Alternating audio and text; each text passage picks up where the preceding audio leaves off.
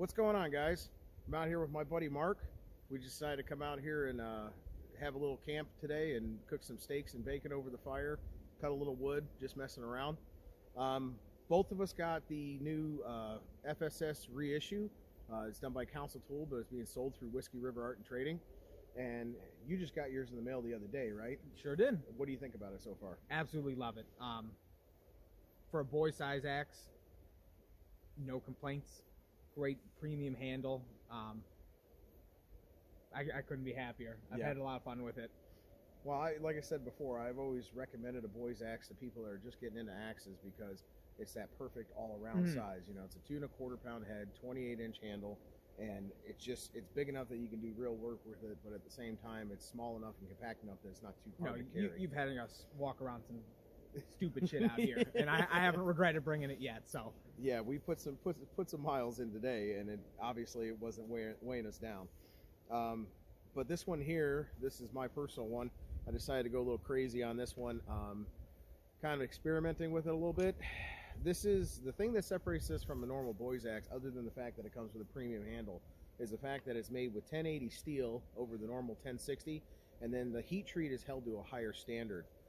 So I'm really kind of interested to see how crazy I can go with this thing before I start breaking stuff. So this axe has been taken down to a very thin 17-degree grind, and it carries a small 20-degree micro bevel. I was also kind of concerned that I would increase how much it sticks in the cut by taking it that thin, but actually it's improved the performance of it. So pretty happy with that. I also thinned down the handle pretty substantially and added a nice taper here so that way you get a good purchase. And the thing about it is like the cross section of my handles, I like what I call it as a flattened egg shape. Not quite like an almond shaped cross section, but a flattened egg. That way you have this kind of ridge down the center of it that helps you guide it. It gives you something to index on so you know which way the bit's facing without even looking at it. That's just what works for me. But anyway, we're going to chop a little bit of wood and kind of show these things off to you guys, and hopefully you leave us a comment down below and tell us what you think about them.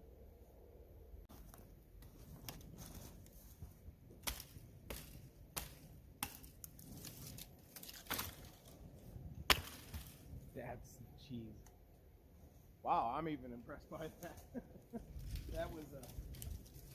That's a hell of a shearing cut. Didn't tear through anything. I mean, it just sheared right through it.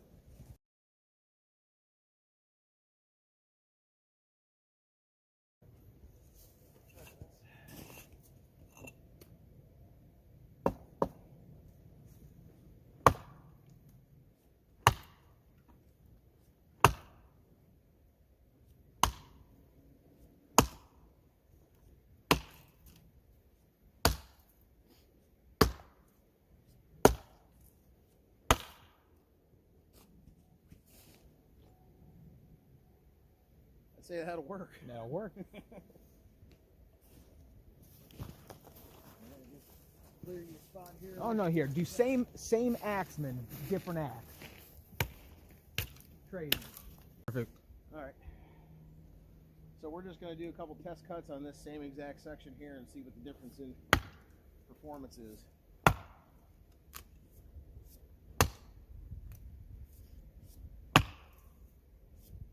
See that bouncing? Yeah. And it's so wedgy that it's blowing that chip out, which isn't a bad thing, but No. you're not getting enough penetration to really.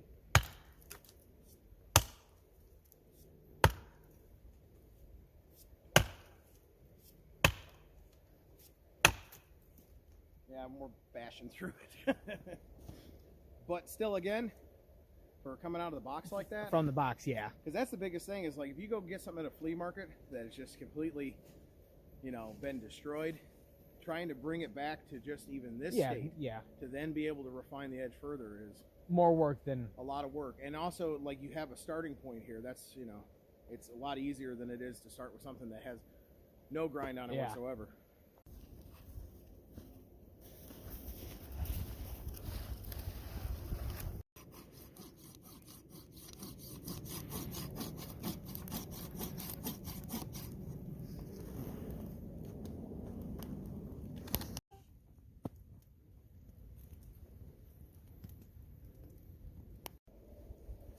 I've never introduced this dog on camera before. And this is Odin. He's a Norwegian elk hound and my best buddy.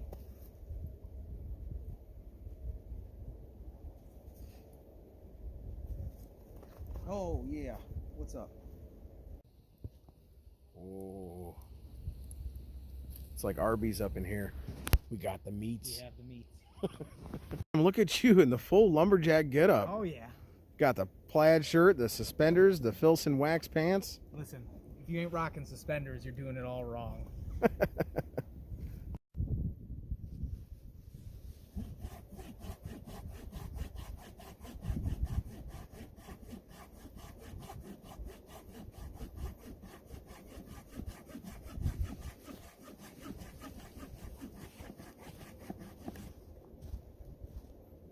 Let's see if we can buck that instead.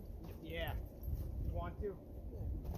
Probably might be a little bit easier. That's hard to do with your hands on. yeah. Like you said, probably should go back to the chest freezer and get the Boreal 21. Right, Pop? You should have strapped a few. Why you got sawdust all over your snoot? Because he was digging again. You digging? Alright. Oh, watch out. Watch out. Oh, that looks like a piece of pinto too. Hey, Buck. Watch out. Oh.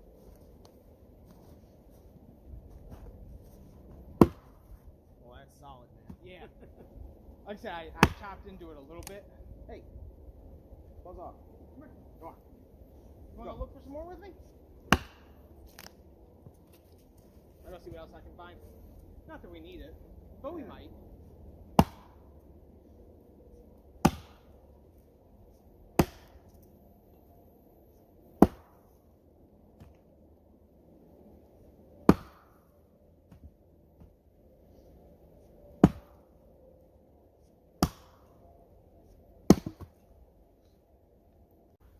So as you can see, there's a big difference in performance, and I was kind of talking to Mark about that a little bit.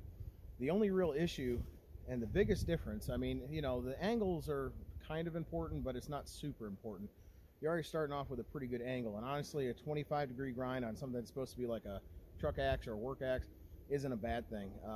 This is substantially more delicate. Like, you wouldn't want to use something like this for grubbing, or if you're splitting through really nasty, knotty wood, you hit a hard knot with this thing the wrong way, you might potentially damage it because it is so thin. This is a felling type grind. A more general purpose grind should be somewhere about 22, 25 degrees on something like this. And all you would really have to do, like I was telling Mark here, is just this hard transition between the actual grind and the cheek here.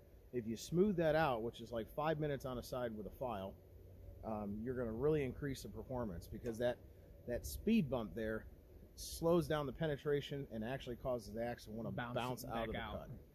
So you don't have to take it down radical. This was more just to see exactly where this steel was at, and you know, performing nice. Yeah, it's performing quite well. It's, what is it out here? 17? Probably 14? something like that. It's in the all frozen wood. mid-teens. We're cutting dry seasoned oak that's, you know, it's probably partially frozen and waterlogged, and this thing was just going right into it, and I've not damaged the edge any way, shape, or form. You know, it's a good steel. So I'm very impressed with the steel. I think it's definitely everything it's hyped up to be. I mean, what do you think about it besides that? Oh no, I'm loving it. As a guy who does a lot of stuff out of my truck, and having an FSS axe that they keep in trucks is kind of, you know, it's just kind of cool, just like that. That's what makes it, you know, like if Council would have, if Whiskey River is like, hey, we got a new boys axe and it's got higher standards of heat treat, most people are like, okay, cool. It's the FSS stamp that sells it for makes everybody. me want to make like a Pioneer kit for the side of my truck.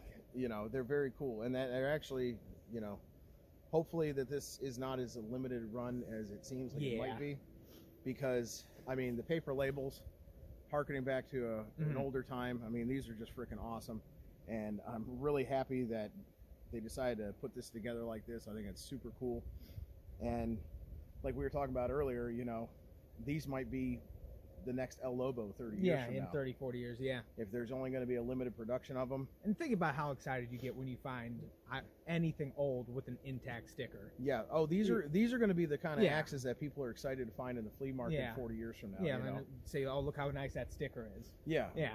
And that's well, and same thing with the FSS stamp. I mean, how many times have you seen something with like the Work Progress Administration or the Civilian Conservation Corps, or you find like forestry marked axes and stuff like that? I mean, that's just super cool stuff. That's big in the axe collecting community. People love that stuff. So you know, it's almost, I'm gonna get another one myself and just keep it new. Yeah. And I know you said you have two. Yeah, and one, it's just, I already hung it up on the wall just because it looks nice. Because as cool as that sticker is, it doesn't stay pretty for very long. No. So anyway, guys, that's pretty much it for me. We're just gonna hang out and chop a little bit more wood and Steak. have some more steak. Yeah. And catch you guys later. Thanks for watching.